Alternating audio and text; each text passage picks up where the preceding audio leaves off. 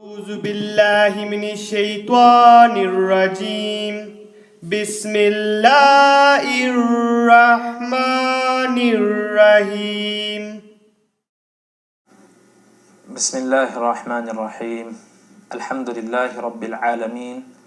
والعاقبة للمتقين والصلاة والسلام على أشرف الأنبياء والمرسلين أما بعد فأعوذ بالله من الشيطان الرجيم